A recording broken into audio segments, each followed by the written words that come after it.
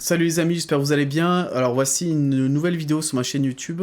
Donc c'est une vidéo sur les voitures électriques. C'est la deuxième vidéo sur ce sujet parce que la première c'était une présentation de ma voiture. Et dû à cette vidéo qui a bien marché, je vous en remercie, j'ai eu pas mal de questions, des petits reproches aussi, comme quoi j'étais un menteur. Donc je vais reprendre les sujets, je vais reprendre quelques commentaires pour montrer que je ne suis pas un menteur et que je parle bien de mon expérience de ma voiture dans la région où j'habite, c'est-à-dire à Béziers. Ma voiture c'est une 208 GT électrique, voilà. Donc je vais tout vous expliquer, au moins vous saurez vraiment les tarifs, l'autonomie, tout ce qui m'est arrivé par rapport à ça. Au moins si vous avez une idée prochainement d'acheter ou de faire un leasing comme moi sur la voiture électrique, vous aurez tous les détails, voilà. À tout de suite. Alors du coup, je vais vous expliquer exactement, moi, par rapport à ce que je paye et l'autonomie. Après, je reviendrai aux commentaires petit à petit. Donc en fait, moi, c'est simple. Là, j'ai mes exemples devant moi. Donc je travaille à Brico Dépôt et j'habite à Thézin-les-Béziers, en fait. Donc il y a environ 18 km. Donc aller-retour, 18, 36. Donc je fais à peu près 36 km par jour, 5 fois par semaine. Vu que j'ai 2 jours de repos, comme tout le monde, j'espère. Donc voilà. Donc ce qui fait en 5 jours, c'est simple, je recharge ma voiture 2 fois. Donc je fais 2 recharges d'environ, parce que je recharge jamais à 100%, parce que quand je rentre et que quand je la récupère, il n'y a pas les 20 heures que je devrais avoir. Donc je la recharge environ pour, je vais vous dire exactement le prix, pour 15 €. Donc ça fait par semaine, je la recharge pour 30 € par semaine. Donc 30 et 30, 60, 60, 60, 120. Donc je paye à peu près 120 € pour une autonomie par jour, on va dire 36 km. Voilà. Donc en gros, ça fait... Il faut calculer après, je sais que je peux faire à peu près 280 km, c'est ce qui affiche au compteur, mais des fois je fais 10 km et on m'a dit que j'en avais fait 100. Voilà, je comprends pas, après ça dépend peut-être du chauffage, des trucs comme ça, bon tant pis. Hein. Mais en gros, voilà, moi, mon expérience avec cette voiture électrique, comme je le répète... Ah, bah merci pour le follow. Vu que je fais les trucs avec Twitch, en même temps j'ai les follow de Twitch. N'hésitez pas à me suivre sur Twitch en même temps, tant que j'y pense. LorisDel1, voilà. Merci du coup, Mélanie. Du coup, pour revenir à mon sujet... Donc par jour, 5 fois par semaine, donc chaque jour je fais 36 km. Donc c'est simple, 36, on va mettre 36 x 2, non, 36 x 5, pardon. Donc ça fait 180 km, allez, pour faire les courses, peut-être le week-end et tout, je vais bien rajouter km, on va arrondir à 200 km. Donc pour moi, 30 €, et je fais 200 km avec ma voiture électrique. Donc je suis désolé, pour moi c'est rien, voilà. On peut dire ce qu'on veut, pour moi c'est que dalle. Donc en gros, je mets 120 € pour faire... Donc j'ai dit... 200, 400. Pour faire 600 km dans un mois, je paye 120 €. Donc tu peux calculer comme tu veux, c'est exactement ce que je payais à l'époque quand j'avais une voiture diesel. Seulement j'allais au resto, j'allais au bar et tout. Bon, entre temps, moi, depuis que j'ai ma voiture, j'ai pas de passe sanitaire, donc je peux rien faire. Mais non, c'est fini là depuis quelques jours, donc tant mieux. Mais du coup, je sais pas si c'est la période hivernale. Après, je suis dans une région où il fait pas hyper froid non plus. Mais en tout cas, par rapport à tout ce qu'on me dit, on a beau me dire oui, mais comment tu fais pour payer le kilowatt, machin et tout, je vais en revenir aux commentaires. Moi, je vous dis la vérité, je fais rien d'autre je fais rien de ma vie à part aller au travail et faire des live Twitch, donc j'utilise pas ma voiture. En tout cas, je fais 5 jours par semaine, 36 km par jour, et je recharge ma voiture 2 fois. Voilà, c'est tout. Vous pouvez dire ce que vous voulez, me traiter de menteur ce que vous voulez, moi je parle de ce que je fais exactement. Après, si vous voulez me croire, tant mieux, vous pouvez me croire, tant pis.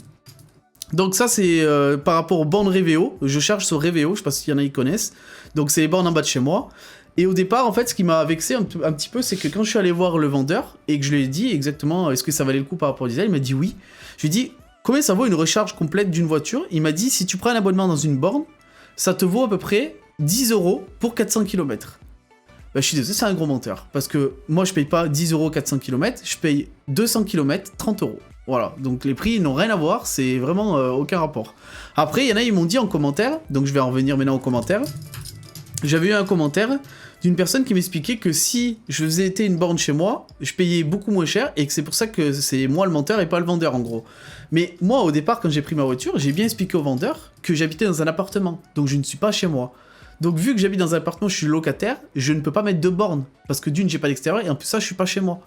Donc je peux pas mettre de borne électrique, donc je suis obligé d'aller me charger dans les bornes qu'on me donne dans le village. Encore j'ai une borne dans le village, je vais pas me plaindre, c'est peut-être pas le cas de tout le monde.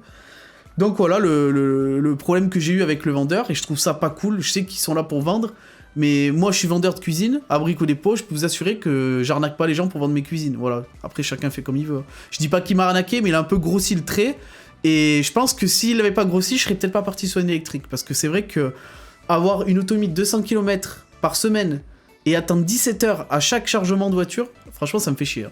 Je veux dire, si un jour je veux voir quelqu'un, admettons, on m'appelle, on me dit ouais, tu veux venir me voir à Montpellier et tout, bah du coup, je peux pas voir la personne. Pourquoi? Parce que j'ai une diesel, je vais à la pompe, je mets 20-30 balles, j'y vais, gaz, nickel. J'ai une électrique, mais je suis obligé d'attendre 17h. Donc si je prévois pas avant, bah je l'ai dans l'os, tu vois, donc c'est dommage.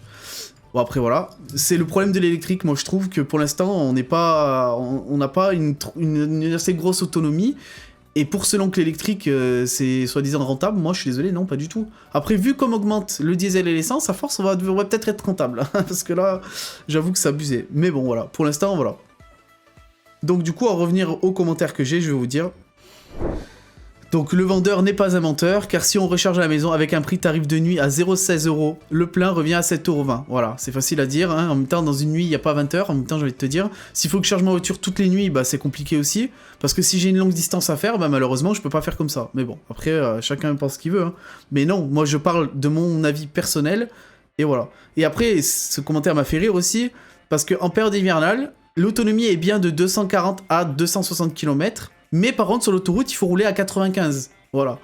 C'est vrai que j'achète une voiture à 140 chevaux, 136 pardon, parce que c'est vrai qu'il faut bien que je dise, sinon je me fais reprendre. À 136 chevaux, sportive. Bon après c'est électrique, donc bien sûr il n'y a pas 300 chevaux, hein, on est d'accord. Mais bon, ça reste une voiture sportive pour rouler à 95 sur l'autoroute. On va éviter, c'est parce que quand t'arrives déjà à 130, normalement c'est limité à 130 sur l'autoroute, t'as pas roulé à 95, sinon tu vas emmerder plus le monde qu'autre chose, mais bon, c'est pas grave. Donc voilà, moi j'achète pas une voiture qui vaut 44 000 € pour rouler à 95 sur l'autoroute, sinon autant que je m'achète, je sais pas, un scooter, enfin je sais pas.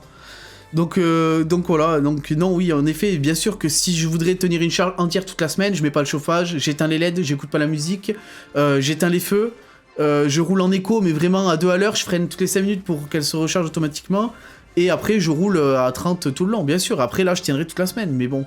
Si c'est pour ça, pour tenir une semaine de charge, faire toutes ces concessions, moi ça m'intéresse pas personnellement. Après chacun fait comme il a envie. Donc voilà. J'ai eu un commentaire aussi d'une personne qui habite en région parisienne qui m'a dit « Je paye 2 € pour la recharge ». Bah écoute, je sais pas, je vais pas dire que c'est un menteur parce que je le connais pas, donc je me permettrai pas de le juger. Mais 2 € une recharge, franchement j'ai du mal à y croire. Faudrait que je le voie pour y croire parce que là, ça fait vraiment pas cher et ça vaut le coup. Là d'accord. Après sinon j'ai eu quand même pas mal de gentils commentaires donc ça fait plaisir. Mais après il y a toujours des gens qui sont là à te faire passer pour un menteur ou quoi que ce soit. Et j'aimerais juste leur dire une chose, je ne suis pas un menteur. Je vois pas l'intérêt de mentir, je parle vraiment de mon expérience, j'ai la voiture depuis fin août, on est aujourd'hui mi-mars. Mon expérience de cette période-là est que, environ, par mois, c'est régulier, je paye entre 110 à 130 € d'électricité juste en faisant le trajet Brico-Dépôt Béziers, Thézan-les-Béziers, tous les jours, 5 fois par semaine, pardon. Voilà. Donc on verra cet été, quand je mettrai plus le chauffage, il faudra que je mette la clim, donc je pense que ce sera la même chose. Mais en tout cas, pour moi, aujourd'hui, l'électricité ne vaut pas du tout le coup, par rapport déjà à l'attente de chargement. Même si tu vas sur une autoroute, l'avantage que si tu fais un long trajet sur l'autoroute, t'as des supercharges, faut attendre pas 17 heures mais 45 minutes.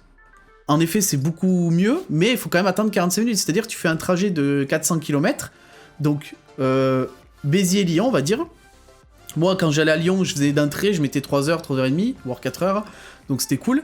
Et ben là, t'es obligé d'attendre 45 minutes pour recharger ta voiture à 80%. Donc quand tu arrives, tu sais très bien qu'il faudra que tu recommences à faire charger.